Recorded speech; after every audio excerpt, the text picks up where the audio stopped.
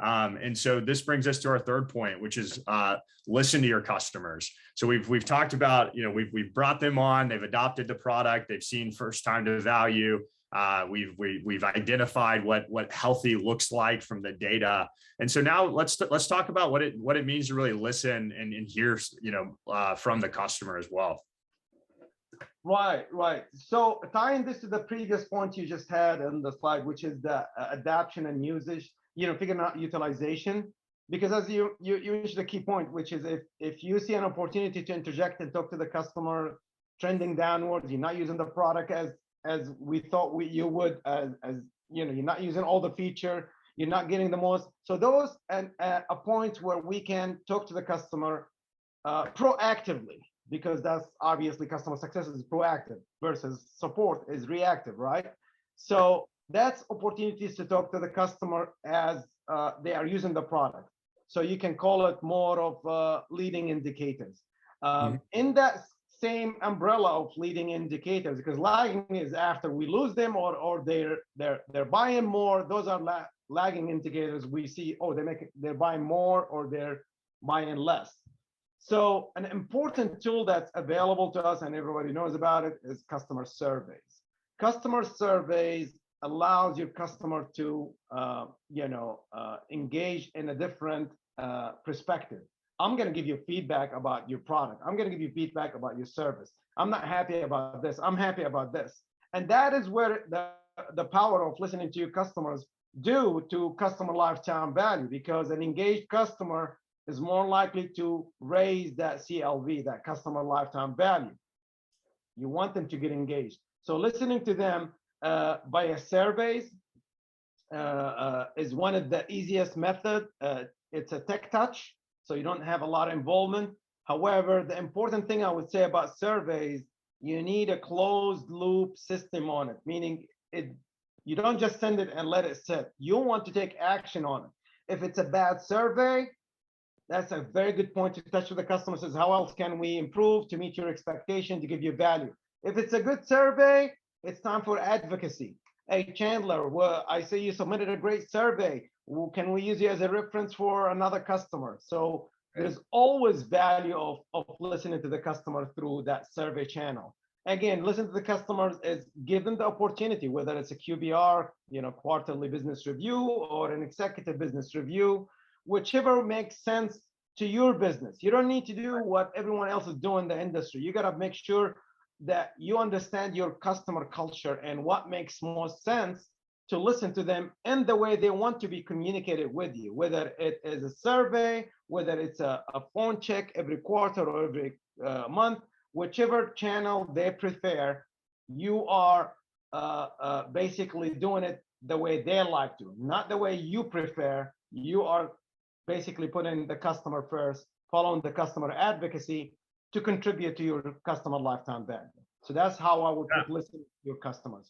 That sounds great. And so we talk about, you've given us some great thoughts around kind of the vehicle of using customer surveys and the need to really close the loop and mechanisms and the kind of the need and the value in engaging with your customer. I'm curious if you have any thoughts around like the who we're interacting with, right? So if we think about our customer, and you spoke to this a bit, right? And you said, it might be an EBR or QBR, and that naturally makes us think, okay, we're talking about different audience members here. So I'd love to hear your thoughts on the importance of really thinking about who we're interacting with at the client. That's an excellent question, Chandler, and I wish there is more emphasis in this in the industry or even on when you research the web. Because historically and classically, we got used to, I know one contact of the customer and I reach out to that contact for surveys or how we're doing. And that one contact, is not the whole organization. So right. I am a big advocate is trying to make as many contacts with the organization as possible at different roles, executives, managers, directors, influencers. The more contact you have at one customer, the better engagement and the better success the product would have, because now multiple people at the organization will use it. We say, well, why? Well, if I have one contact and that one contact finds another better opportunity and leave that organization, basically we lost that partnership relationship with the customer. So Totally. I'm big advocate is as many contacts as you can create with that customer, the better for the CLV and that partnership to continuously grow in the right direction with the multiple resources at that organization. Yeah. That's And how I can see how there's so much opportunity there as well, even to drive cross-sell opportunities and to enter into more latitude at an organization, right? To see how your solution can be implemented across teams. I think that's huge. Wonderful. That's it. So if I may, Chandler, Yeah. it just hit me now while I was talking about on key driver number one. Anybody remembers what it is? It was onboarding. Mm-hmm. That is the time to get them to know what is your customer life cycle strategy. Basically, to contribute to LTV from the get-go, the onboarding is where you tell the customer, here's what we're going to be measuring, here's what we're going to do. Let them know how they're using your product. So don't leave anything for surprise. So Mm-hmm. from the onboarding, that customer lifetime value, that journey needs to be communicated with the customer. Sit early in that partnership, mapping out exactly what the customer's heading to with our solution as a product that we're providing to them. Talk about their expectation and continually remind them accurately, be ahead of the curve so that you can forecast a CLV down the road with them. Mm-hmm. That's great. Yeah, I love that. I love that. And I want to also make mention too, I think we've touched on it a couple of times here, how to really think about customer lifetime value in your specific context, right? And I think that, we hear all the time about, you really start with the customer journey map and make sure that the customer is really speaking into that. And that really dictates oftentimes whether or not you end up with a high touch or a tech touch or something in between in terms of your solution, right?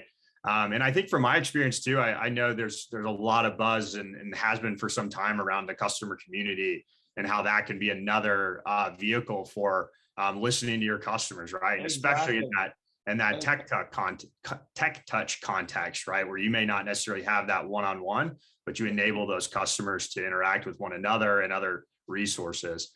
Do you see that as well in your experience? Yes, absolutely. I see that as a very important tool, exactly as you mentioned. I don't have enough staff on my customer success to have that high touch customer interaction, right?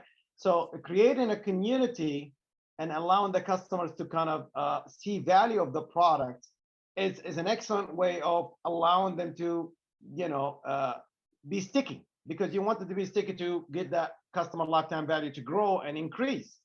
However, I highly recommend and encourage somebody from the organization, customer success team needs to be in there and monitor this dialogue, because that goes back to listening to your customer. So if somebody says something that's not accurate technically, or they're upset about something, you want them to interject immediately and says, okay, this is our community. And that's the value of having a community from the organization rather than a third party or community where you're not as involved, because now you can interject and says, oh, okay, let me take this and call you. Let me take this to support. Let me take this to the product marketing. So this way, customer will be delighted to know that, oh, I'm not just here with a bunch of other customers. The company is listening to me and they're taking action. So that's how you would make a community contribute to the customer lifetime value, by making sure that there is a playbook to help them succeed in the product and the solution. Absolutely. Yeah. And I just think, even looking back on the second takeaway about usage data, I think building out that community gives us another really rich data environment.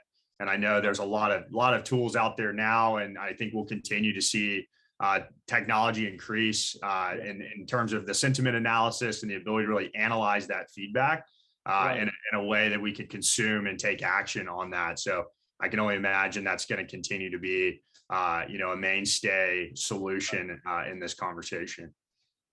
Yes, absolutely. That's great. 100%.